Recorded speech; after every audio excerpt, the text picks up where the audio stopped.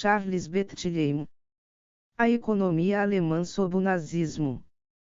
Prefácio. Como vários pesquisadores e estudantes me pediram, decidi republicar este livro A Economia Alemã sob o Nazismo. De fato, parece para aqueles que estudam os problemas econômicos, sociais e políticos contemporâneos que o estudo do período de 1930 a 1945 é de importância decisiva e que talvez este livro possa ajudá-los nesse sentido. Certamente, em alguns aspectos, o tratamento de algumas questões poderia ser retomado levando em consideração o desenvolvimento atual da teoria marxista e os dados informativos que não estavam disponíveis quando a obra foi escrita. Entretanto, pareceu-me preferível reeditá-lo exatamente como estava, em vez de empreender uma reformulação que, sem dúvida, teria perturbado seu equilíbrio.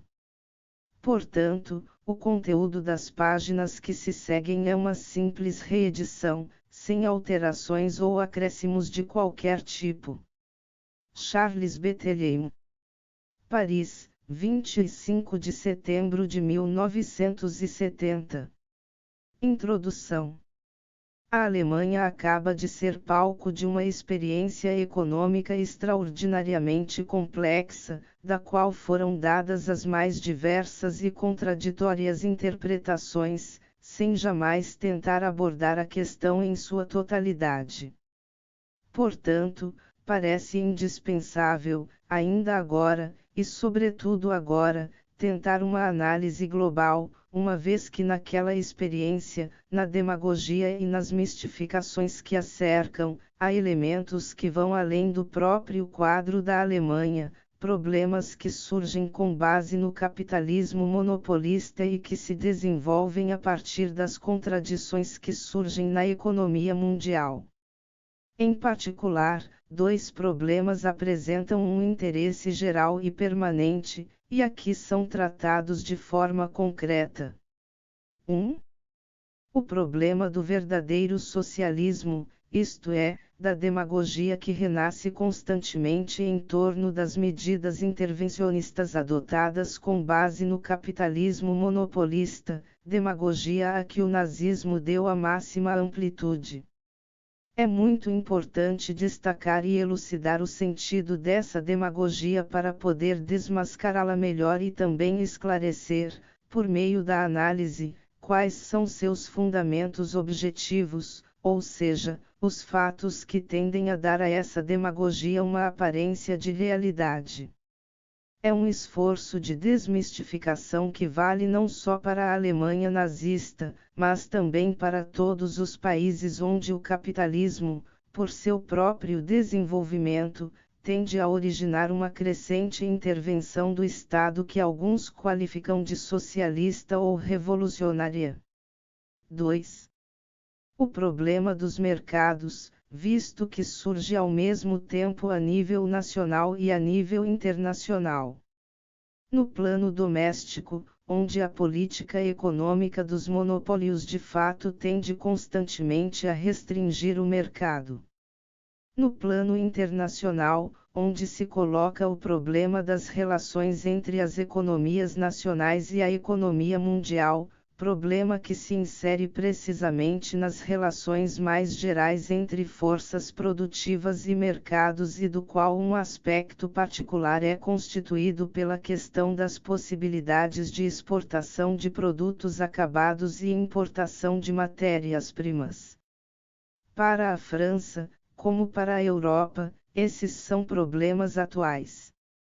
Sua análise do passado ilumina indiretamente o aspecto econômico das contradições que levaram à guerra. Ao mesmo tempo corresponde ao primeiro problema o estudo da estrutura real da economia alemã, isto é, o estudo das relações de propriedade, o papel da propriedade privada, as grandes formações monopolísticas e bancos, o papel do Estado, também como o estudo do fracasso em que culminou a política econômica do nazismo. Este estudo é essencial para separar todas as mistificações que o sistema econômico alemão originou. E não é tarde demais. Não é de todo inútil, uma vez que o sistema é destruído pela crítica das armas, para acabar de derrotá-lo pela arma da crítica, porque enquanto sobrevivem no mundo, e não apenas na Alemanha, bases econômicas semelhantes às que serviram de base para a ereção desse sistema, outros sistemas semelhantes tentarão renascer e sem dúvida também com a mesma procissão de mentiras e barbárie. O segundo problema corresponde à análise da dinâmica econômica que, sobre uma dada base histórica, engendrou o desenvolvimento do nacional-socialismo, sua ascensão ao poder e sua política econômica. Essa dinâmica é precisamente dominada pela contradição entre as forças produtivas e as capacidades de absorção do mercado interno alemão, e pelas formas sucessivamente adotadas por essa contradição à medida que, com base no capitalismo monopolista, tentavam resolvê-la. Também neste caso a análise não é tarde demais. Porque, sobre certos fundamentos históricos, enquanto subsistir o capitalismo monopolista e a compartimentação nacional das economias mundiais, a mesma dinâmica econômica é aquela que tende constantemente a prevalecer e a engendrar tentativas análogas de soluções, até e incluindo a solução bélica. O estudo da dinâmica econômica será dividido em duas partes, a primeira e a última deste estudo. No primeiro, estudaremos a evolução da economia alemã desde a fundação do Império Alemão até a ascensão ao poder do nacional-socialismo. No último, estudaremos a evolução da economia alemã sob o nazismo. As partes centrais deste trabalho são dedicadas, uma delas, à estrutura da economia alemã e a outra ao papel do Estado na vida econômica. Charles Bethlehem, 1945. Primeira parte. A dinâmica econômica. Capítulo 1. A dinâmica da economia alemã de 1860 a 1933 e a ascensão ao poder do nacional-socialismo. Uma das características da história da Alemanha é a data tardia em que este país realizou sua unidade nacional. Na realidade, essa unidade data apenas da primeira metade do século XIX, e mesmo assim, só se concretizou no campo econômico com o Zollverein de 1834, enquanto no plano político a unidade da Alemanha só se concretizou no século XX, apesar da criação do Império Alemão imediatamente após a Guerra de 1870. A data tardia da unificação da Alemanha deve-se, sem dúvida, a fatores históricos e geográficos sobre os quais não precisamos nos alongar nestas páginas. Em última análise, aconteceu que esse atraso da Alemanha em relação a outros países europeus teve como consequência que o Reich atrasou sua entrada no comércio mundial e que as posições econômicas mundiais da Alemanha sempre foram relativamente fracas. No entanto, este país viveu, sobretudo a partir de 1860, uma notável expansão industrial que culminou rapidamente numa espécie de contradição entre o seu poder de produção e as suas possibilidades de venda. Seção 1. De 1860 a 1913. Em 1860, a Alemanha ainda era um país industrialmente subdesenvolvido, com uma ampla base agrária. Em 1868, metade da sua população continuava a ser agrícola e apenas um terço tinha uma ocupação artesanal ou industrial. A produção agrícola representava 60% da produção de mercadorias e os artesãos trabalhavam para o mercado local fornecendo a maior parte da produção não agrícola. Suas vendas totalizavam 82% do número de vendas feitas de produtos acabados ou semi-acabados. A dispersão territorial da produção industrial, que existia antes do Zollverein, continuou a existir, e apenas algumas regiões, Sajorna e a província de Renana, tinham um caráter puramente industrial. Em 1860, o sistema corporativo ainda existia em algumas regiões e, na indústria, a manufatura predominava sobre a manufatura com motor. A maioria das fábricas empregava de 30 a 100 trabalhadores, em comparação com 100 a 500 na Grã-Bretanha ao mesmo tempo. Em relação a este país, o consumo per capita era muito fraco. Em 1850, os números do consumo eram grandes. Em 1860, a Alemanha, do ponto de vista do valor de sua produção industrial, ocupava o quarto lugar no mundo, atrás da Grã-Bretanha, França e Estados Unidos. De 1860 a 1913, a expansão da indústria alemã parece notável, enquanto de 1800 a 1860 o índice, com base em 1931 igual a 100, da produção industrial incluindo o artesanato praticamente quintuplicou de 2,5 a 13,8, de 1860 a 1913 foi amplamente multiplicado por 7. O valor da produção industrial, não incluindo o artesanato, passou de aproximadamente 2 bilhões de marcos em 1860 para 20 bilhões em 1913. Por isso, naquela data, a Alemanha ocupava o segundo lugar no mundo entre os países industrializados, depois dos Estados Unidos, enquanto a Grã-Bretanha passou para o terceiro lugar e a França, desde 1880, para o quarto lugar.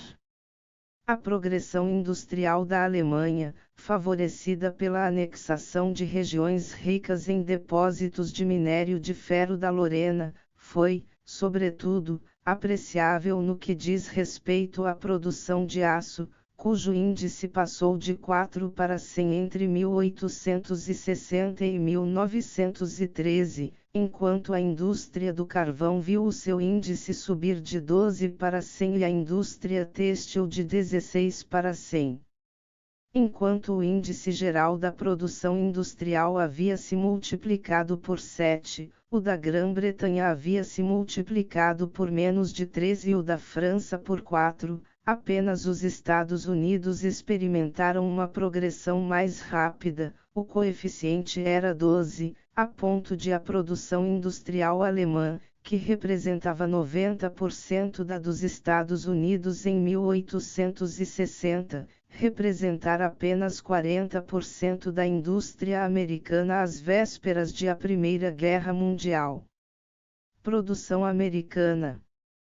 Essa expansão industrial foi acompanhada por uma rápida concentração econômica. A produção industrial cresceu 3 vezes mais rápido que o número de empresas. De 1875 a 1907, a produção por empresa passou do índice 100 para o índice 410, enquanto o índice de produtividade do trabalho aumentou de 100 para 225 por trabalhador, progredindo mais rapidamente do que o salário nominal, cujo índice passou de 100 para 175 durante o mesmo período. A renda nacional dobrou amplamente entre 1890 e 1913, passando de 23,5 para 50 bilhões de marcos, o que implicou na abertura de um grande mercado interno de bens de consumo. É verdade que as rendas mais altas cresceram mais rapidamente do que as demais, o que acelerou o ritmo de acumulação interna de capital. Assim, de 1893 a 1913, a renda do trabalho, em sentido amplo, avançou a uma taxa média de 3,3% por ano, enquanto o lucro das empresas aumentou 6%. A expansão industrial foi duplicada pela expansão agrícola, embora a importância da população rural tenha diminuído. De 1860 a 1913, a taxa média de crescimento da produção agrícola foi, de fato, 2,5% ao ano, em comparação com 3,8% da indústria. No campo do comércio mundial, a Alemanha está lutando cada vez mais vitoriosamente contra a concorrência britânica. De 1880 a 1913, as exportações inglesas de bens de consumo multiplicaram-se por 2,9, enquanto as exportações alemãs por 6. Para as exportações de bens de produção, os coeficientes são, respectivamente, 13 e 21. Essa expansão das exportações alemãs e os ganhos assim realizados permitiram que a Alemanha ocupasse um lugar entre os países exportadores de capital. A partir de 1880, a soma do capital alemão investido no exterior atingiu a cifra de 5 bilhões de marcos. Em 1900 já era 14 bilhões e em 1913 24 bilhões. Assim, a Alemanha ficou imediatamente atrás dos dois grandes países exportadores de capital, Grã-Bretanha e França, cujos investimentos no exterior em 1913 foram estimados em 46 e 32 bilhões de marcos, respectivamente. Em suma, em 1913 a economia alemã, após um período de rápido crescimento, ocupava, do ponto de vista industrial, o segundo lugar entre as grandes potências e, do ponto de vista das exportações de capitais, o terceiro. No entanto, a esta evolução não faltaram pontos fracos. Primeiro, do ponto de vista das matérias-primas, as bases da indústria alemã eram insuficientes. Em 1913, tinha apenas quantidades suficientes de carbono, zinco e potássio, faltou petróleo, cobre, estanho, níquel, enxofre, etc., até mesmo o item era deficiente em minério de ferro. Segunda, do ponto de vista dos mercados após o período de expansão, a Alemanha, que possuía um aparelho de produção capaz de trabalhar em profundidade para o mercado mundial, esbarrava nas posições adquiridas pelas outras grandes potências. Este foi o pesado tributo de sua industrialização tardia, esta, por sua vez, consequência dos obstáculos enfrentados pela constituição de sua unidade econômica e nacional. De fato, em 1876, enquanto a França e a Inglaterra já gozavam de suas imensas possessões, o campo colonial alemão era quase inexistente, e a extensão que posteriormente alcançou no decorrer dos anos sucessivos não teve importância para o desenvolvimento econômico da Alemanha, nem como fonte de matérias-primas, nem como saída para suas mercadorias. Enquanto em 1913 a Inglaterra direcionava 40% de suas exportações para suas possessões, a Alemanha dirigia apenas para suas colônias mais desenvolvidas menos de 0,5% de suas exportações, ou seja, menos de 50 milhões de marcos. Por outro lado, enquanto nos demais mercados a Alemanha ocupava um lugar de honra ao lado da Grã-Bretanha, foi eliminada das possessões britânicas, onde suas exportações totalizaram 410 milhões de marcos, em comparação com 4,8 bilhões das exportações inglesas.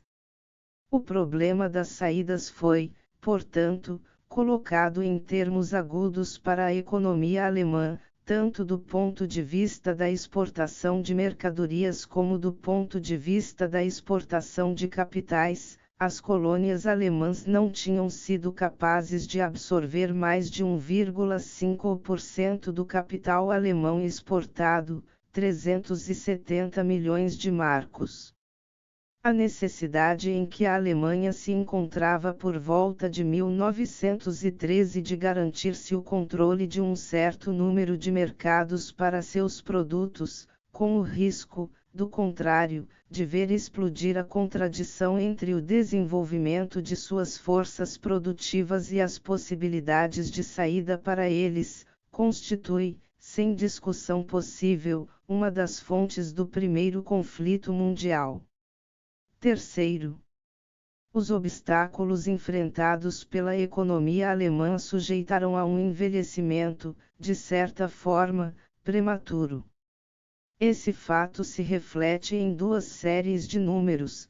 Primeiro, a taxa de crescimento anual da indústria, que vinha aumentando de década em década até 1890, 2,7% entre 1860 e 1870, 4,1% entre 1870 e 1880 e 6,4% de 1880 a 1890, começou a declinar depois disso, 6,1% entre 1890 e 1900 e 4,2% de 1900 a 1913.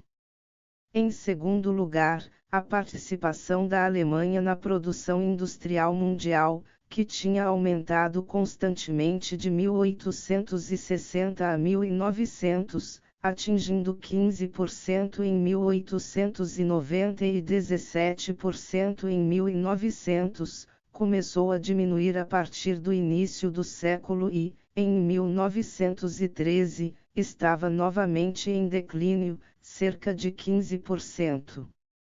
Assim, antes da Primeira Guerra Mundial, a Alemanha já havia entrado nas fileiras dos antigos países industrializados. Seção 2. De 1913 a 1933. Os anos entre 1913 e 1933 são particularmente ricos em acontecimentos, visto que são sucessivamente marcados pela Guerra Mundial, pelos choques econômicos e sociais produzidos pela inflação e pela crise econômica. Conheceremos as consequências destes acontecimentos se analisarmos sucessivamente a conjuntura agrícola e industrial e a situação mundial na Alemanha. 1. Agricultura. A própria guerra fez com que a agricultura alemã sofresse uma crise de produção extremamente séria, tanto mais séria quanto a Alemanha estava cada vez mais isolada de suas fontes externas de abastecimento. O fim da Primeira Guerra Mundial foi marcado por uma profunda crise alimentar. No entanto, a situação agrícola na Alemanha melhorou nos anos do pós-guerra, especialmente após a estabilização do marco. Pode-se até dizer que um vento de racionalização soprou sobre a agricultura alemã a partir de 1924, o que, por outro lado, levou a um endividamento maciço dos agricultores. De 1924 a 1925 a de 1927 a 1928, o índice de produção agrícola, baseado em 100 para a média dos anos de 1927 a 1928 a de 1928 a 1929, passou de 80 para 95. A progressão foi, portanto, de 29%. A agricultura alemã desempenhou um papel cada vez menos considerável na vida econômica do Reich, devido ao desenvolvimento ainda mais rápido do setor industrial. Assim, Entre os 2 anos extremos mencionados acima, a participação da agricultura na produção total da Alemanha caiu de 22,7% para 20,9%, mas foi principalmente a crise econômica que mais afetou a agricultura alemã, fazendo passar por sérias dificuldades. No decurso da crise econômica, o índice da produção agrícola, longe de diminuir como aconteceu com o índice da produção industrial, continuou a progredir. Os agricultores tentaram compensar a queda dos preços tentando produzir mais.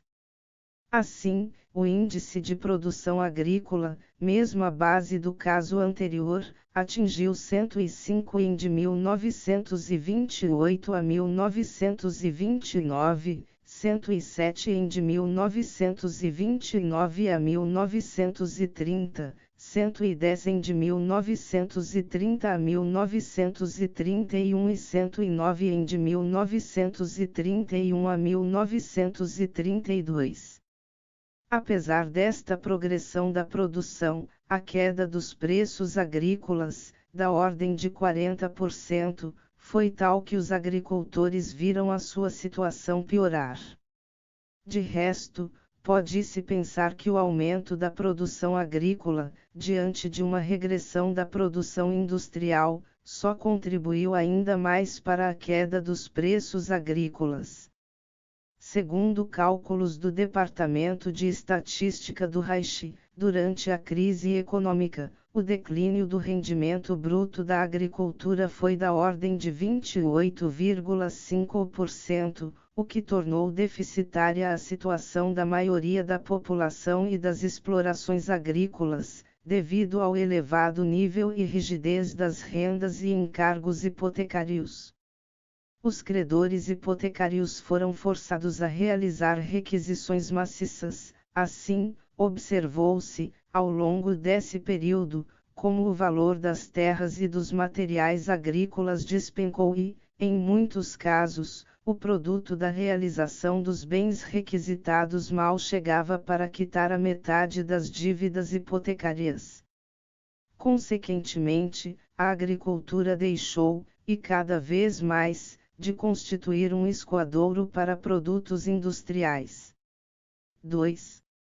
Indústria. A guerra de 1914 a 1918 foi marcada na indústria alemã por um lento declínio na produção. O índice de produção industrial, baseado em 100 em 1913, caiu para 83 de 1914, 67 em 1915, 64 em 1916, 62 em 1917 e 57 em 1918. O primeiro ano de paz, longe de sinalizar uma recuperação, marcou um novo colapso, já que o índice caiu para 39. O declínio da produção industrial alemã foi, portanto, muito mais profundo do que o da produção industrial em todos os países europeus beligerantes, visto que, para estes últimos, a queda do índice de produção entre 1913 e 1919 foi de apenas 27%. Todos os produtos industriais foram afetados, exceto para a indústria de metais não ferrosos, cujo índice passou de 100 em 1913 para 234 em 1918.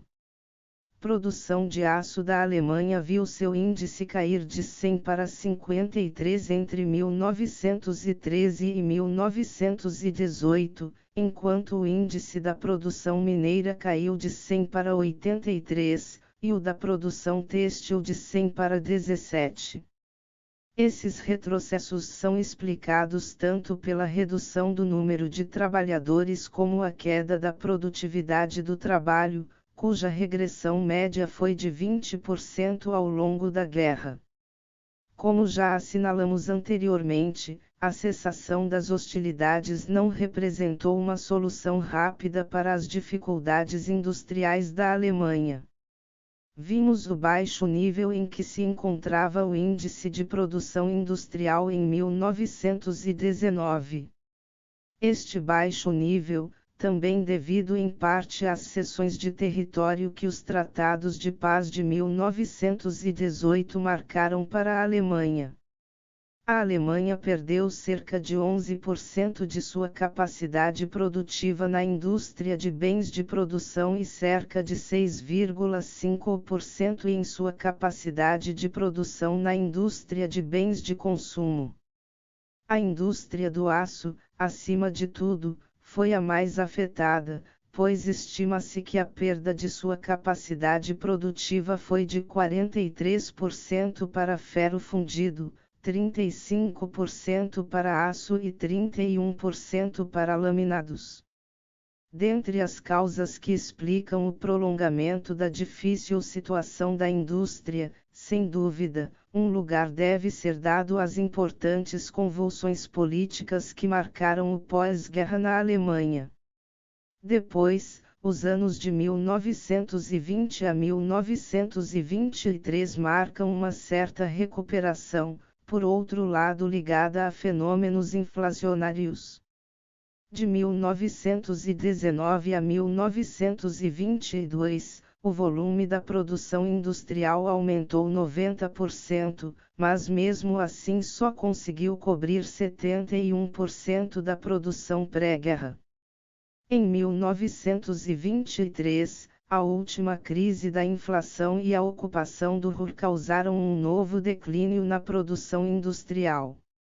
O índice representativo desta última era então de 48, contra 100 em 1913. No decorrer dos anos seguintes, assistiu-se a um novo progresso da produção industrial. O índice vai de 48 em 1923, para 83 em 1925, para 79 em 1926, para 100 em 1927 e para 102 em 1928 e 1929. Por meio desses números é possível verificar as sérias dificuldades que a indústria alemã experimentou em atingir e superar a 1913. Por outro lado, deve-se notar que a produção de objetos de consumo colidiu com a limitação do mercado. Em todo caso, levando em consideração que este índice se aplica a um território menos extenso, deve-se notar que o progresso da produção industrial alemã entre 1913 e de 1928 a 1929 foi de aproximadamente 12%, o progresso mais forte foi a dos meios de produção. Pode-se estimar que isso representou 58,5% da produção industrial global em 1929 contra 53,3% em 1913.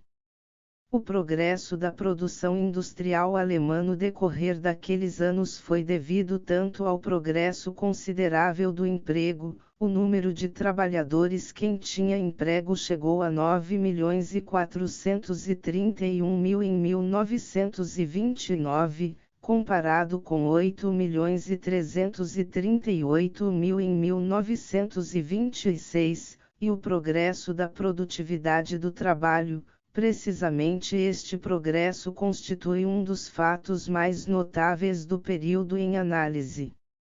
Na verdade, embora a produtividade do trabalho industrial tenha aumentado apenas 11% de 1907 a 1925, isto é, em 18 anos, estamos testemunhando um boom extraordinário dessa produtividade durante o período de 4 anos de 1925 a 1929.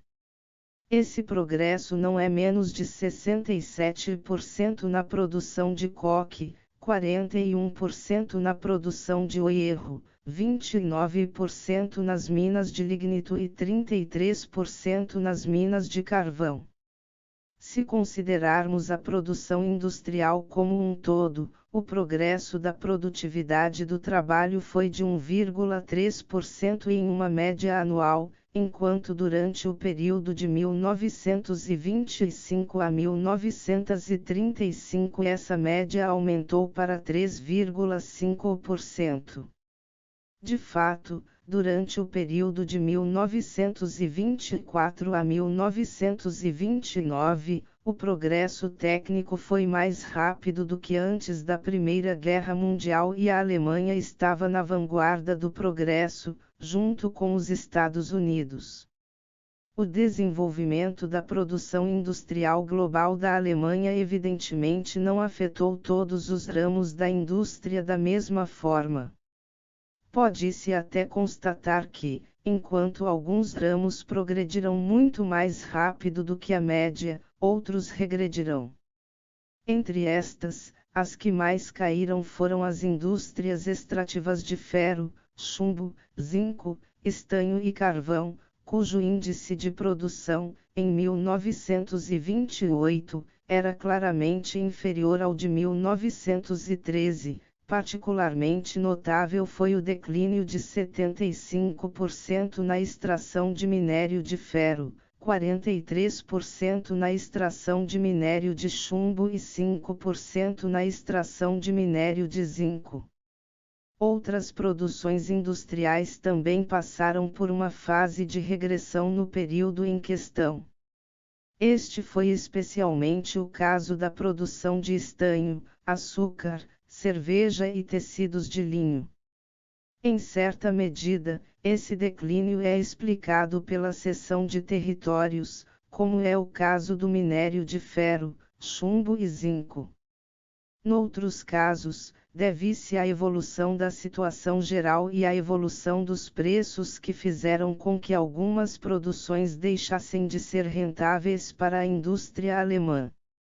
Entre as indústrias que, ao contrário, conheceram um avanço líquido no período de 1913 a 1929, devemos citar, sobretudo, a indústria da lignita. Seu índice era de 190 em 1928, antes 100 em 1913, a indústria do couro, índice 219, latão, índice 840, nitrogênio, 588, borracha, 228, seda artificial, 633, gás, 341, eletricidade, 412, bem como a produção de caminhões, 1010.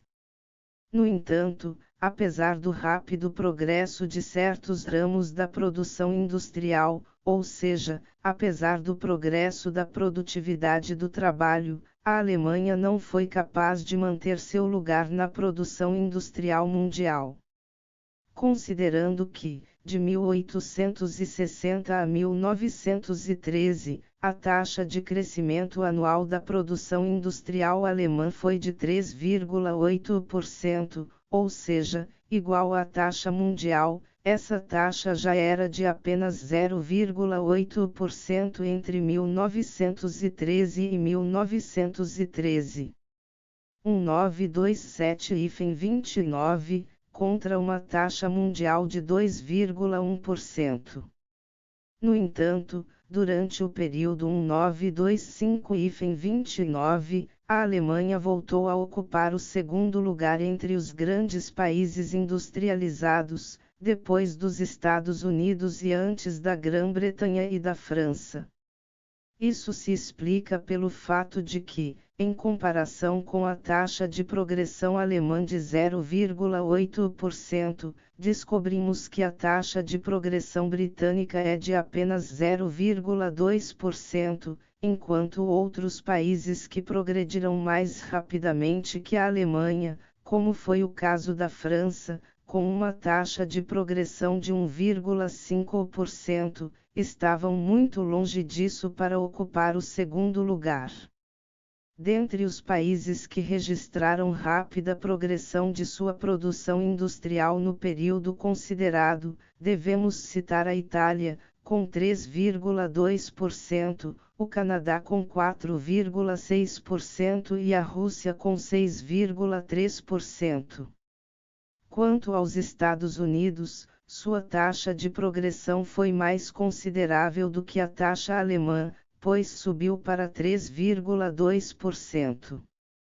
O resultado de toda esta evolução foi que a produção industrial alemã, que representava 40% mesmo da produção americana em 1913, já representava apenas 24% desta produção em 1929. Em relação à produção industrial mundial, um estudo especial do Instituto Alemão de Assuntos Econômicos, publicado em 1932, estimou que esta parte, que ainda era 17% em 1909 e 15% em 1919, era de apenas 11,3% em 1928, em comparação com 44,8% nos Estados Unidos, 9,3% na Grã-Bretanha e 7% na França. Fenômeno particularmente característico de uma situação econômica realmente insalubre, na qual esse boom da produção industrial alemã não foi capaz de reabsorver plenamente o desemprego. Apesar da prosperidade, o número de desempregados na Alemanha foi oficialmente estimado em cerca de 2 milhões em 1929, antes do início da crise, em 1928 e era estimado em 1,353,000, ou seja, 8,8% dos trabalhadores inscritos em fundos sindicais. Por outro lado, esse fenômeno não era especificamente alemão. A Grã-Bretanha e os Estados Unidos, em plena prosperidade, também viviam desemprego maciço. Tal situação não poderia deixar de influenciar o mercado interno, tornando-o ainda mais restrito. Mas com a crise, essa situação se agravou em proporções até então desconhecidas. Na verdade, a Alemanha passou por uma crise de gravidade excepcional. Levando em consideração a importância relativa do aparato industrial alemão e a péssima situação de suas finanças, pode-se afirmar que a Alemanha foi o país que mais sofreu com os efeitos da grande crise econômica de 1929. Com uma base em 1929 igual a 100, vemos que a produção industrial despenca para 55 em 1932. O declínio é particularmente grave para a produção de bens de investimento, cujo índice caiu para 34, em comparação com 100 em 1929. A produção de ferro, índice 30 em 1923, e a de aço, índice 35, são particularmente afetadas, assim como a construção, índice 25. A indústria não só sofreu uma queda na produção, mas também uma queda considerável nos preços. Os preços no atacado sofreram uma queda de aproximadamente 35% entre 1929 e 1935. Por fim, deve-se notar uma progressão extremamente importante do desemprego, uma vez que o número de desempregados triplica no período considerado, atingindo a cifra de 6 milhões em 1932. Para a tal ponto que mais de 30% dos trabalhadores assalariados estavam em desemprego forçado. Em algumas regiões do Reich a proporção chegava a muito perto de 50%. A situação da classe trabalhadora foi ainda agravada pelo colapso dos salários, um colapso que pode ser estimado em 35% dos salários nominais. O resultado de tudo isso é um estreitamento catastrófico do mercado interno. 3. Relações econômicas com o estrangeiro. Um dos primeiros fatos que marcam a situação econômica da Alemanha, em relação aos países estrangeiros após a Guerra de 1914 a 1918, são as indenizações que a Alemanha teve que pagar nos termos dos tratados de paz. De fato, como resultado desses tratados, a Alemanha perdeu quase todos os capitais que havia alocado no exterior nos anos anteriores. Pode-se observar um fenômeno extremamente importante, a transformação de um país credor estrangeiro em país devedor estrangeiro, transformação tanto mais notável por ter gerado uma situação excepcional, já que um país fortemente industrializado passaria a ocupar uma posição devedora. Na realidade, o agravamento da situação econômica da Alemanha em relação ao exterior deve ter graves consequências em relação à sua situação monetária e financeira. A inflação que caracterizou os anos de 1919 a 1923 permitiu, principalmente, à Alemanha manter um balanço de pagamentos relativamente equilibrado, graças ao prêmio de exportação representado pela depreciação da moeda. Mas o brutal aumento dos preços internos alemães deveria, ao final do período inflacionário, eliminar o efeito, a ponto de a Alemanha se ver gradualmente eliminada do mercado mundial. No outono de 1923, as exportações alemãs representavam apenas um terço do nível do outono de 1922. O declínio nas exportações alemãs, quando a balança comercial alemã estava deficitária desde antes da guerra, levou a uma situação difícil do ponto de visão do saldo da conta de capital. Esta situação foi ainda mais grave quando a Alemanha foi privada, como já dissemos, das receitas que antes da guerra proporcionavam aos seus capitais colocadas no estrangeiro. Em suma, enquanto em 1914 a soma líquida do superávit do saldo das contas de capital que a Alemanha poderia colocar no exterior a cada ano poderia ser estimada em cerca de 1.500 milhões de marcos por ano, após a guerra, pelo contrário, há ao déficit da referida balança alemã. Ou, dito de outra forma, as importações de capital da Alemanha totalizaram aproximadamente 1,5 bilhão de marcos por ano nos anos anteriores à crise mundial. Também neste caso verifica-se, pela primeira vez, que um país altamente industrializado, ao invés de ser exportador de capitais, passa a ser importador deles. Para se ter uma ideia exata da importância das mudanças na situação da Alemanha do ponto de vista financeiro internacional, é necessário levar em conta ao mesmo tempo o montante das indenizações pagas pela Alemanha, montante que de 1924 a 1929 somaram 8.589 milhões de marcos e os empréstimos contraídos no exterior pela indústria alemã.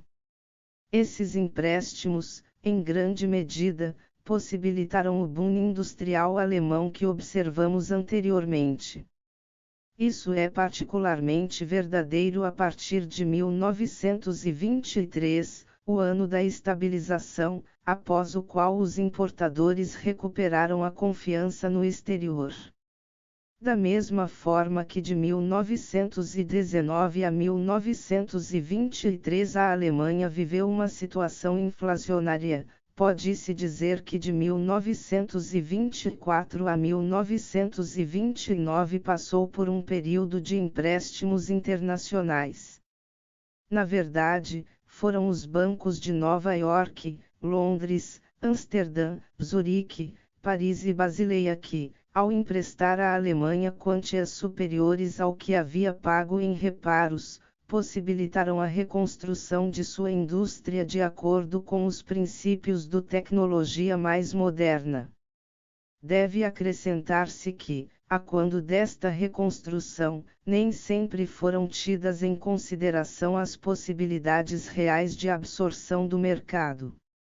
Uma das consequências desse aumento do endividamento externo alemão foi, é claro, o aumento da carga de juros que a Alemanha teve de pagar a cada ano aos seus credores estrangeiros.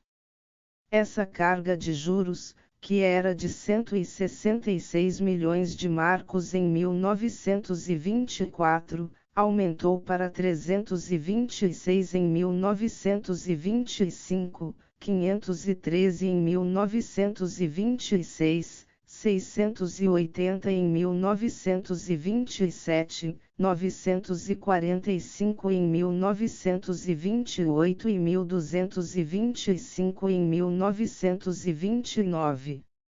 Essa carga esmagadora de juros deveria inevitavelmente levar a Alemanha a dificuldades extremamente sérias. E foi o que ocorreu no decorrer dos anos de 1929 a 1932. As falências na Alemanha, as dificuldades do comércio e da indústria, que dificultam cada vez mais a situação dos bancos alemães, principais devedores no exterior, levaram aos poucos os credores a duvidar da solvência dos seus devedores e a recusá-la.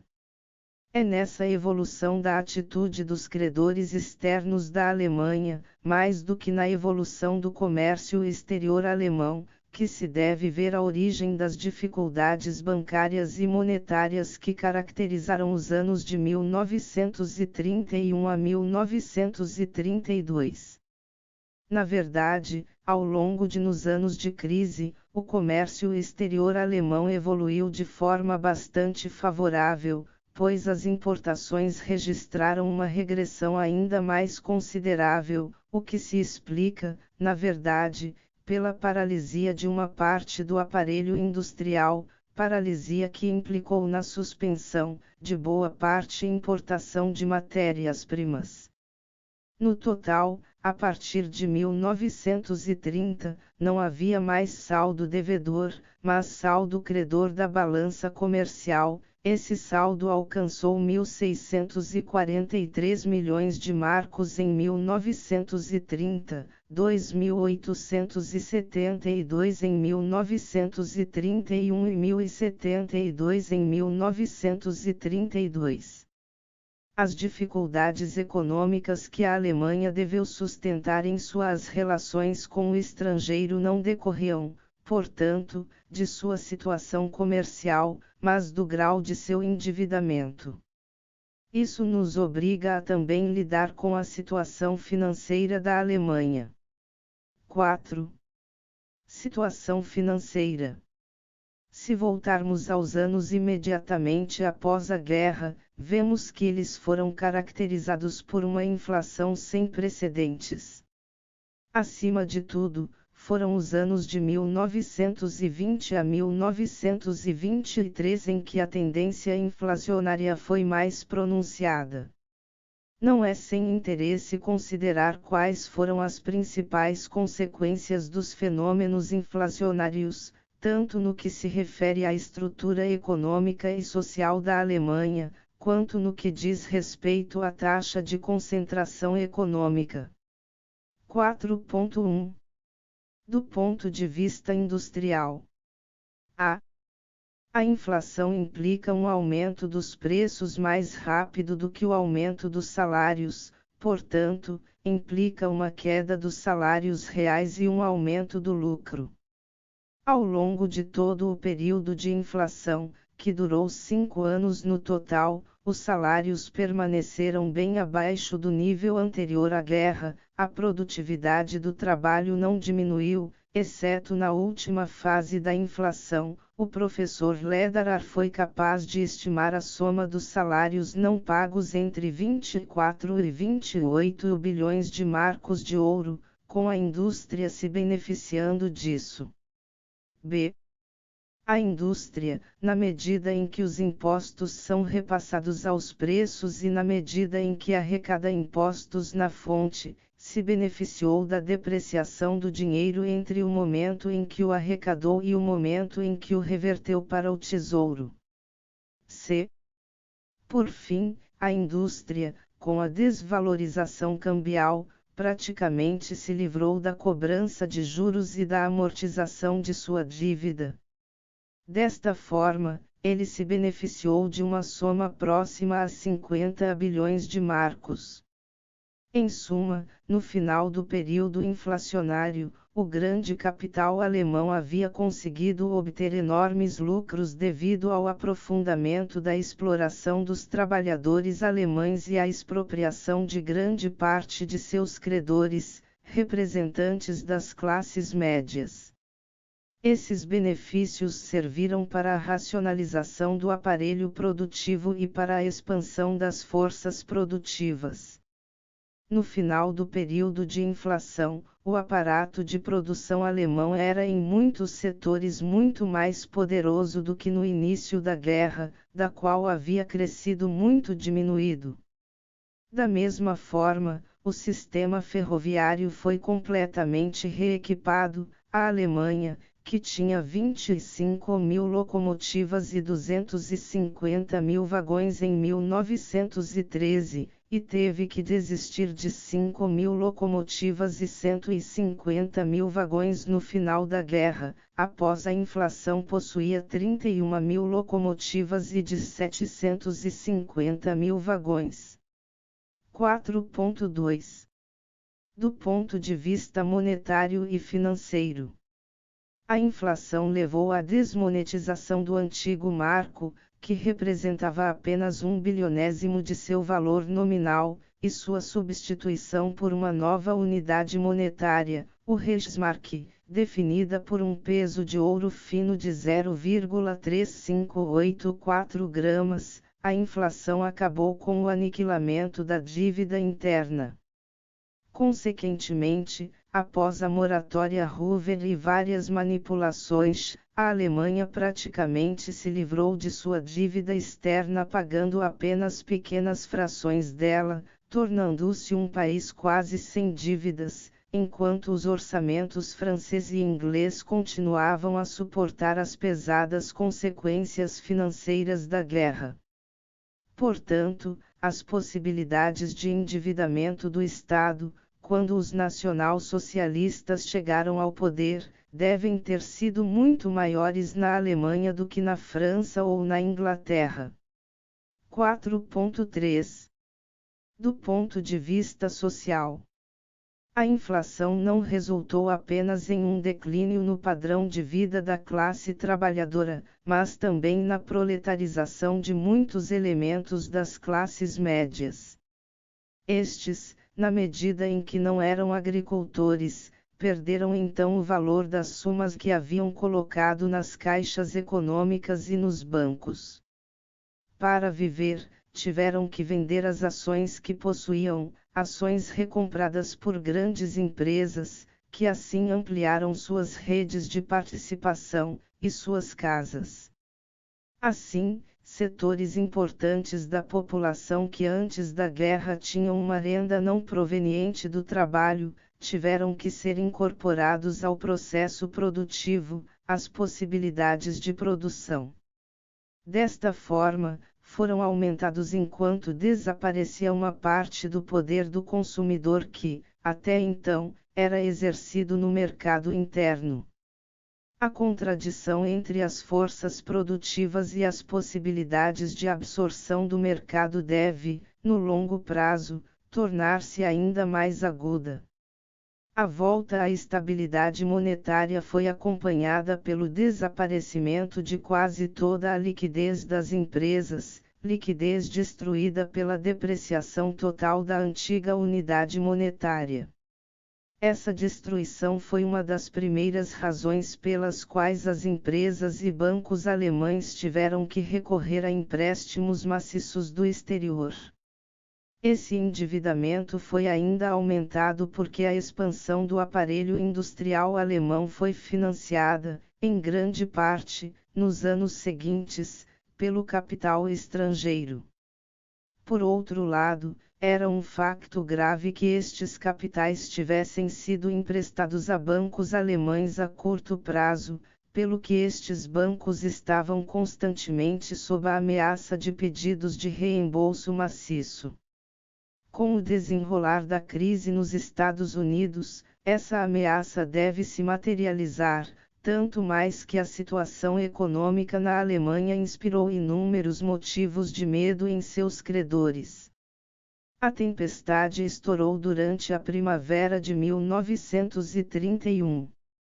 O ponto de partida ocasional era a falência brutal do Österreichische Kreditanstalt, o poderoso banco austríaco controlado por Rothschild, cujos interesses abrangiam toda a Europa Central e os Balcãs.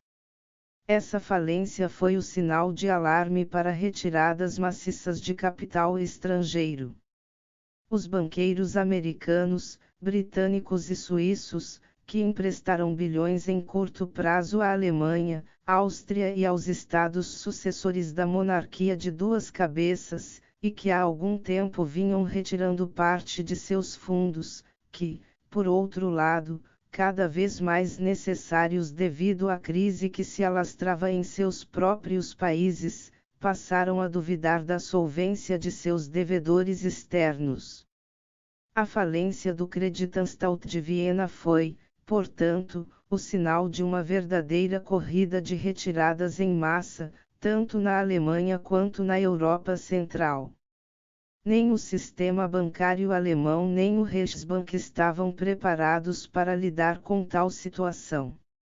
Além disso, os bancos alemães haviam acreditado a tal ponto que tinham acesso ao capital estrangeiro que parte importante deles o havia investido no longo prazo, contrariando as regras de gestão prudente dos bancos, tendo em vista que esse capital havia sido emprestado para o curto prazo. Em primeiro lugar, nenhuma ação foi tomada contra essa maré. Na época, pensava-se que a melhor maneira de restaurar a confiança dos credores era responder imediata e positivamente a qualquer pedido de reembolso.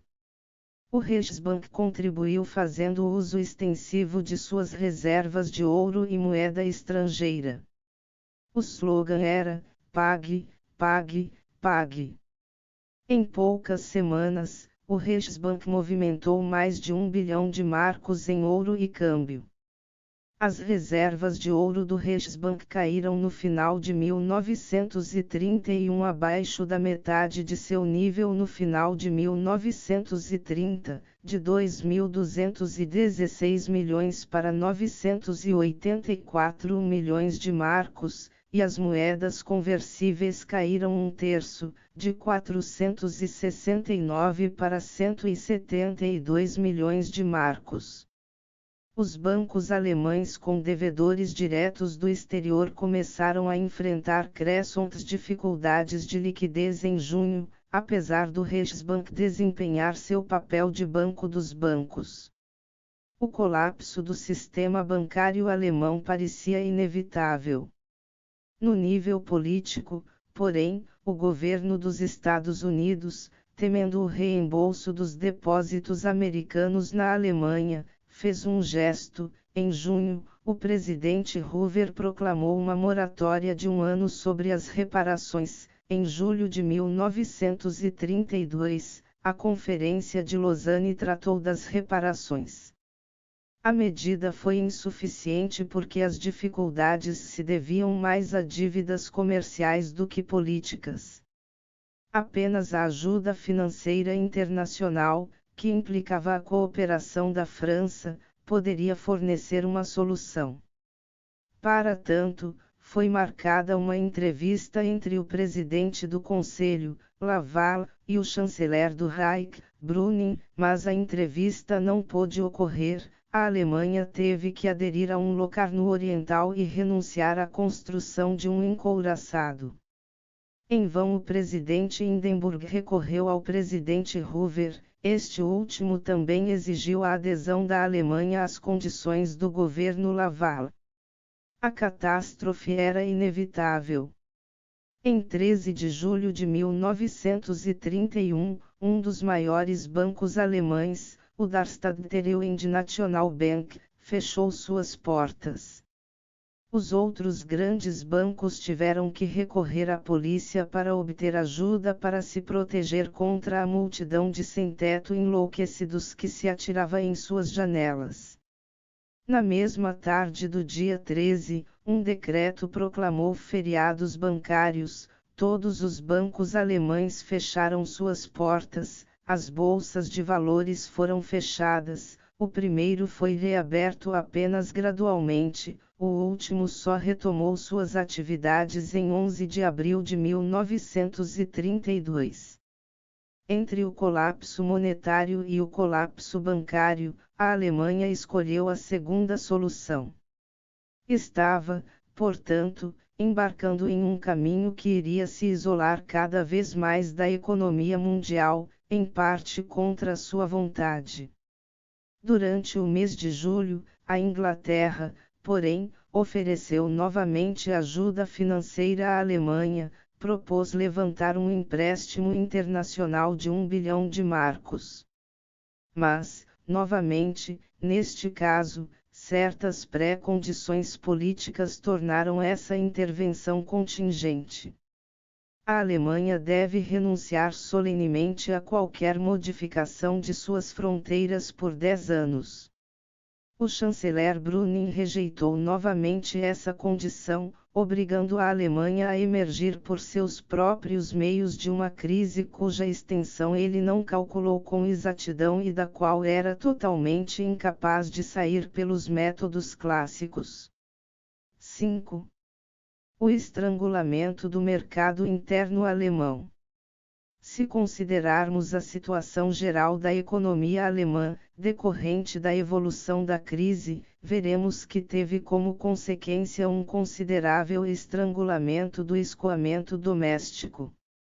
A soma das vendas internas das principais indústrias caiu de 75,927 bilhões de marcos em 1929 para menos de 38 bilhões em 1932, ou seja, houve um declínio de quase 50%, regressão intimamente ligada ao colapso da economia. Rendimento nacional alemão na sequência da evolução do desemprego e da redução dos salários. De 1929 a 1932, a renda nacional alemã caiu de 76 bilhões para 46 bilhões, ou seja, sofreu uma queda de 40%. Nessa renda nacional reduzida, a participação dos salários ainda diminuiu, caindo de 58,6% para 56,6%. Devemos indicar, a título de comparação, que nos Estados Unidos, durante o mesmo período, o declínio da renda nacional também foi de 40%, ao passo que foi de apenas 16% na França e de 12% no Reino Unido. Nessas condições, as falências industriais e comerciais poderiam apenas se multiplicar. Estas falências, por sua vez, arrastaram 35 o sistema bancário para inúmeras dificuldades, que só puderam ser salvas graças à intervenção massiva do crédito do Estado, intervenção essa que resultou na assunção por parte do Estado de dívidas que os particulares não podiam pagar. Nesse caso, pode-se falar em socialização das perdas. Pode-se admitir que, no final de 1932, a economia alemã havia alcançado um certo estado de estabilidade no ponto mais baixo da crise. O número de falências não era mais muito alto, o sistema bancário estava limpo, mas a economia parecia impossível de se recuperar sozinha. De que, então, a maquinaria econômica precisava ser capaz de voltar aos trilhos. O que faltou não foram as ferramentas, a indústria pesada só estava sendo usada a 30% de sua capacidade, nem os fundos, superado o alerta financeiro, a liquidez voltou a se acumular nas caixas das empresas e dos bancos, e isso tudo tanto mais que as dívidas externas haviam se beneficiado de uma moratória, nem a força de trabalho, o que faltava ao maquinário econômico eram mercados, possibilidades de vendas, tanto interna quanto externamente, e se as vendas internas eram predominantes, para a maioria dos estabelecimentos as vendas externas tinham uma importância decisiva para a economia nacional, pois na ausência de exportações suficientes era impossível importar matéria-prima suficiente para o funcionamento normal da economia. Em consequência, tratava-se principalmente de reabrir estabelecimentos comerciais e, em primeiro lugar, abri-los no mercado interno alemão. A seguir, examinaremos como os escoamentos foram encontrados no mercado externo. Como pode acontecer que os escoamentos no mercado interno não se desenvolvam por conta própria, como costumam acontecer após um período de depressão? Existem várias respostas para esta pergunta. Em primeiro lugar, a extensão das saídas foi dificultada pela própria profundidade da crise, que privou milhões de trabalhadores de empregos e, consequentemente, de poder de compra, enquanto dezenas de milhares de empresas agrícolas não produziam. Posteriormente, a extensão global da crise, a desorganização dos mercados internacionais, o caos monetário impediram que o ímpeto da recuperação viesse do exterior, e isso em maior medida porque a Alemanha, em decorrência da moratória e do controle cambial, havia sido isolado do mundo.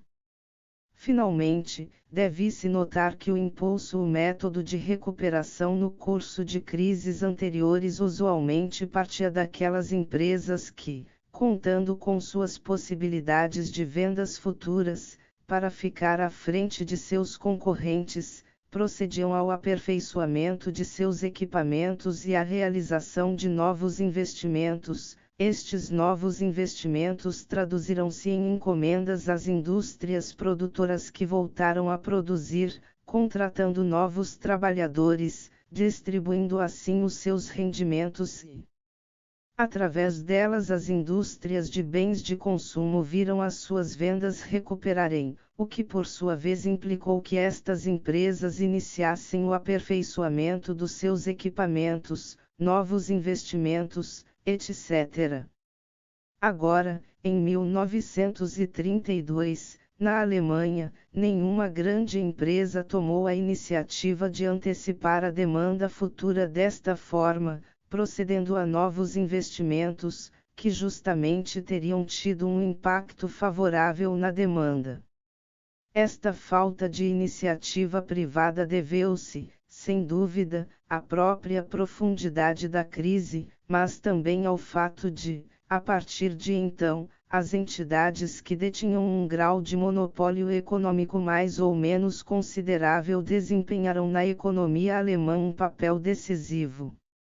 Ora, a característica dos organismos monopolistas consiste, nos ramos em que dominam, em estabelecer um programa de produção baseado nas possibilidades atuais do mercado, na medida em que essas condições presentes são inferiores às possibilidades de produção, leva à oposição a qualquer novo investimento, portanto, a se opor praticamente ao mecanismo ordinário de recuperação econômica.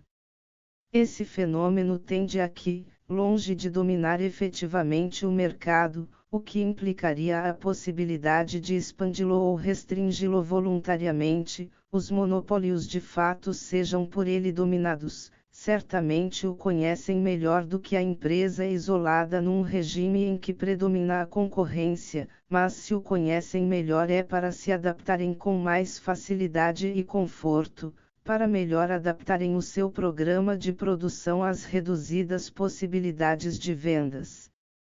Ou, dito de outra forma, os monopólios mais restritos dominam, os impulsos que tornam possível a reativação espontânea da máquina econômica, tanto mais que esses impulsos não podem provir de forma alguma dos ramos em que subsiste a concorrência, porque esses ramos são os mais afetados pela crise, porque os seus preços de venda são os mais gravemente afetados pela queda geral.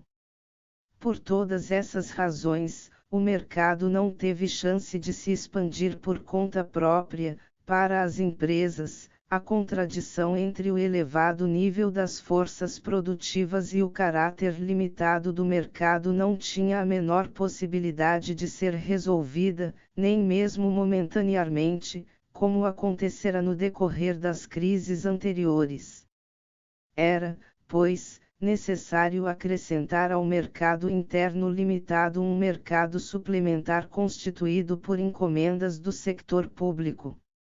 Certamente, o inconveniente deste processo consistia no facto de o Estado, para cumprir os seus pedidos, se ver obrigado a negociar empréstimos, isto é, a contrair empréstimos sem enriquecimento direto, porque estes pedidos, em geral, estão relacionados com bens que o fazem não têm valor econômico, por exemplo, armas, são, ao contrário, as empresas para as quais as encomendas são repassadas, bem como os seus credores, que enriquecem.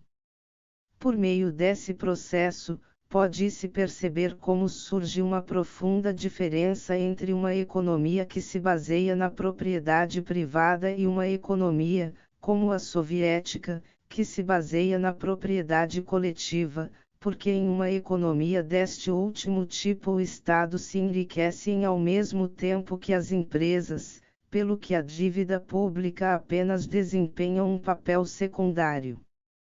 Quaisquer que sejam os inconvenientes do procedimento, não deixa, por isso, de abrir espaços importantes para a economia, por pouco que seja utilizado de forma sistemática, e, consequentemente, permitir que a economia se reative.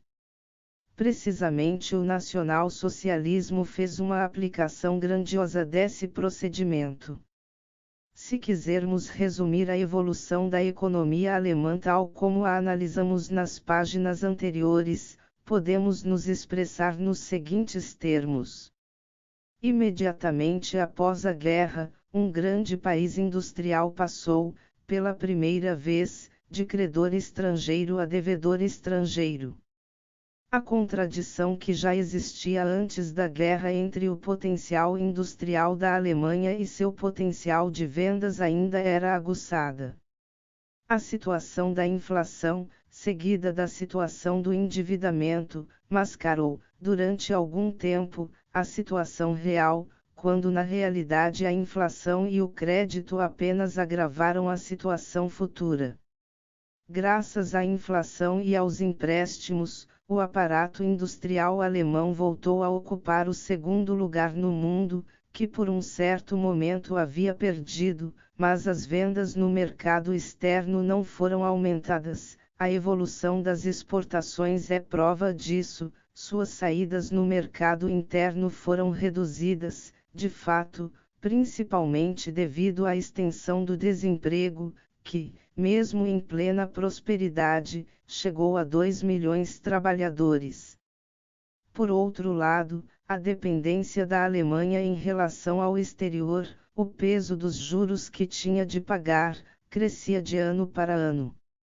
Na cadeia dos grandes países capitalistas, a Alemanha tornava-se o seu elo mais fraco, o mais fraco devido à sua intensiva industrialização, que exigiria um grande mercado interno e externo que a Alemanha justamente carecia. A crise econômica mundial de 1929 revelaria ao mundo a verdadeira fraqueza da economia alemã. Do ponto de vista da produção industrial, do segundo lugar no mundo, a Alemanha passou para o quinto, sua renda nacional caiu catastroficamente. A proporção de trabalhadores desempregados atingiu um nível até então desconhecido e apenas análogo ao dos Estados Unidos. O aparelho bancário, intimamente dependente do estrangeiro, corria o sério risco de finalmente entrar em colapso sob a pressão de pedidos maciços de reembolso. Só conseguiu ficar de pé graças à falência e à suspensão de pagamentos. Em geral, a estrutura econômica e social da Alemanha só foi mantida graças à socialização das perdas, pois o Estado se responsabilizou pelas perdas da economia privada. Mas isso não resolveu o problema de funcionamento do aparato econômico alemão, uma vez que estava e continuou paralisado. Para sair dessa paralisia, havia caminhos diferentes. A primeira, a mais radical, poderia ter sido a expansão do mercado interno por uma mudança profunda nas formas de apropriação, pela substituição da propriedade privada pela propriedade coletiva, único meio que permite a renúncia aos princípios da rentabilidade capitalista por desenvolver o poder de compra das massas em função do potencial de produção. Mas nenhum movimento político propôs seriamente tal objetivo, ou aqueles que o propuseram não tinham, por muitas razões nas quais não é útil insistir aqui, uma audiência suficiente. Uma segunda solução, a mais simples, parece ter sido a imitação do caminho percorrido em setembro de 1931 pelos países do bloco da libra esterlina, o caminho da desvalorização. Mas na prática esse caminho era proibido para a Alemanha, alterar diretamente o valor da moeda de um país que 7 anos antes emergira da mais terrível crise monetária dos tempos modernos era correr o risco de desencadear um novo pânico provocando o colapso do Reichsmark. Por outro lado, os resultados concretos desse tipo de política, mesmo no caso hipotético de evitar o colapso do Reichsmark, provavelmente teriam se revelado muito limitados, em parte porque o mercado externo normalmente desempenha um papel secundário na Alemanha e a desvalorização tem seu maior efeito nas exportações, por outro lado, e acima de tudo, porque tal medida não teria deixado de originar réplicas análogas em toda parte, visto que a Inglaterra não precisava de tal exemplo para desvalorizar a libra esterlina. Portanto, se a Alemanha tivesse escolhido este caminho, as desvalorizações teriam se seguido, e o mundo teria entrado em um caos monetário muito mais sério do que o que experimentou em 1931. Outro terceiro caminho poderia ter sido a aceitação da ajuda sucessivamente proposto a ele pela França e pelos países anglo-saxões.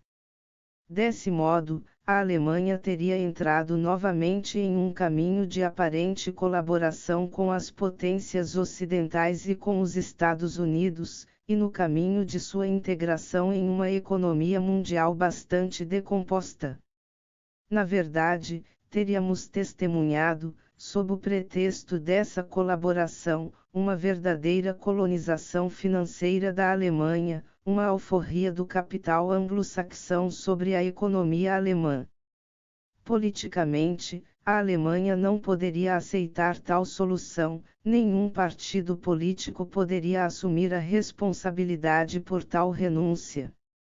Só então sobrou para os que não queriam alterar as formas de propriedade uma quarta solução, aquela proposta na prática pelo nacional-socialismo, abrir escoamento provisório para a indústria alemã por meio de maciços rearmamentos e obras públicas, e depois por meio de armas falsificadas, abrindo definitivamente até a Alemanha mercados externos que, na ausência de um mercado interno suficiente, eram essenciais para seus produtos e para seu capital e que somente eles poderiam fornecer as divisas necessárias para suas compras de matérias-primas. Seção 3. A ascensão ao poder do nacional-socialismo.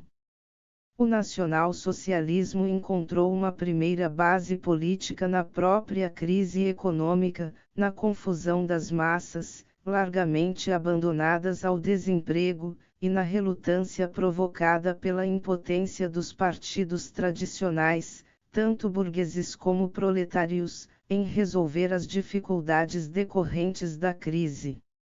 Em particular, o nacional-socialismo encontrou um certo eco entre uma parte das massas trabalhadoras, cansadas da incapacidade de seus dirigentes de propor uma solução para suas dificuldades ou de promover uma ação efetiva.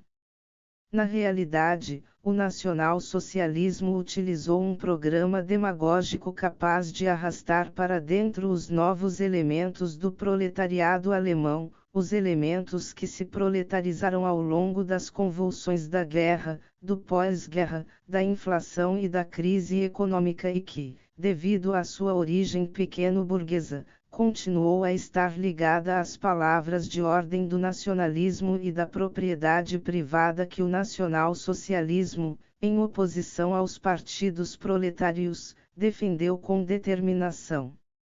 A situação política que levou o nacional-socialismo ao poder é, portanto, indissociável da situação econômica, mas este não foi o único a agir.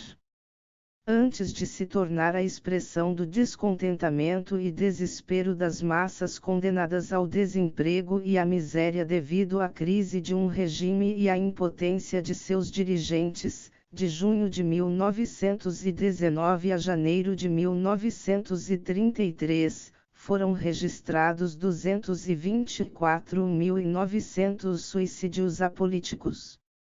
O nacional-socialismo foi um daqueles movimentos que nasceram imediatamente após a derrota de 1918, ao mesmo tempo em protesto contra esta derrota e em oposição aos movimentos operários revolucionários. O nacional-socialismo, portanto, começou como um movimento de protesto contra as humilhações do Tratado de Versalhes e contra os políticos que o assinaram. Também expressou a vontade de unidade da Alemanha, uma unidade que nunca foi perfeitamente realizada, nem mesmo no território do Reich, onde os diferentes países, resquícios de estados antigos e as várias cidades livres gozavam de um estatuto legal e privado de administração, tendo um parlamento, um governo independente e representações diplomáticas perante o Reich. Essa falta de unidade interna foi o resultado da impotência em que a burguesia alemã se encontrou para realizar sua própria revolução e do fato de que as principais conquistas, que em outros países foram devidas à Revolução Democrático-Burguesa, foram realizadas na Alemanha pelo governo autoritário da Prússia, que os impôs de cima a baixo. Mas o nacional-socialismo também expressou a vontade de unir a Alemanha e os alemães do exterior, em particular os austríacos. A este respeito, o nacional-socialismo foi animado por um sopro nacional, hoje extinto nos países que há muito cumpriram a sua unidade e que foi um dos elementos essenciais do seu dinamismo. Como porta-voz das reivindicações nacionais da Alemanha, o nacional-socialismo encontrou eco entre as camadas da população mais sensíveis a essas reivindicações, entre os pequenos burgueses, empregados, funcionários públicos, pequenos comerciantes, agricultores, etc. Desta forma, entrou em competição, embora não em oposição, com os tradicionais partidos nacionais, com os quais pôde mesmo a princípio concluir acordos políticos e posteriormente fundi-los integrando estes partidos com o Partido Nacional Socialista.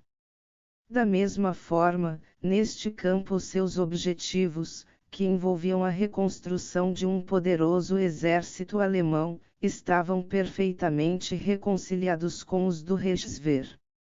Eles também se reconciliaram com os objetivos da grande burguesia, que precisava de um Estado alemão forte, tanto interna quanto externamente, e para quem a reconstrução do poder militar alemão não deveria ser apenas uma fonte direta de lucro, pela colocação em movimento da indústria pesada, mas também um meio direto de ação para reconquistar os mercados externos de que a economia alemã precisava com urgência. Porque o nacional-socialismo soube colocar slogans políticos antes das aspirações nacionais e sociais de uma parte importante do povo alemão, foi por esta razão que encontrou a base pela qual sua ascensão ao poder se tornou possível, mas ao mesmo tempo foi que, como defensor da propriedade privada, não só não teve que enfrentar a oposição dos donos do aparato econômico alemão, dos dirigentes dos Konzers, dos bancos, das grandes corporações para ações, mas teve seu apoio, basta lembrar o Bloco. Formado em 1927 entre o Movimento Nacional Socialista e Hugenberg, chefe do Partido Nacional e presidente do Conselho de Administração da Siderúrgica Krupp, líder do maior consórcio de jornais alemães, as edições Scherl, a agência de notícias de publicidade ALA, UFA, etc., a aliança concluída com a mídia de direita em outubro de 1931, na ocasião na Conferência de Augsburg, onde Adolf Hitler e Rudolf Hess se encontraram oficialmente com Hugenberg, Linaut e von Sibley, representante da capital agrícola grande, da União de Minas de Essen, Schlenken e Poensgen, do cartel do aço, Kruger, do potássio Transt, Blum e de Ouke, dos estaleiros, Raveni, da indústria do ferro, Gillias, dos têxteis, Skast, Seide, dos Terborg, enquanto Krupp e von Tessen, da viagem à América, pediram desculpas.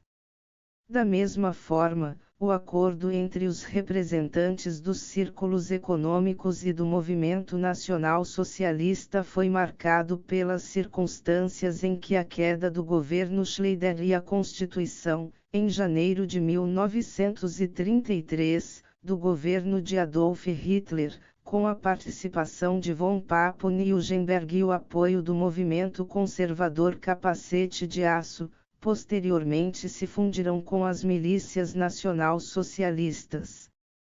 Esse apoio da grande indústria ao nacional-socialismo se explica pelo temor de seus dirigentes de que a miséria das massas desse origem ao nascimento de um movimento operário revolucionário, ao qual a República de Weimar só poderia ter oferecido pouca resistência.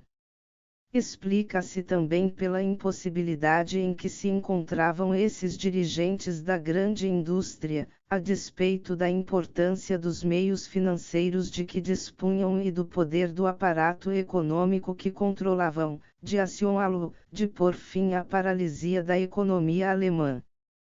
Para tanto, era imprescindível a ajuda massiva do Estado e o Programa Nacional Socialista previa precisamente tal ação no quadro do respeito pela propriedade privada e mesmo pela iniciativa privada, isto é, tendo em conta a situação de facto, no que diz respeito à propriedade, aos Konzers e aos bancos e no que diz respeito à sua iniciativa.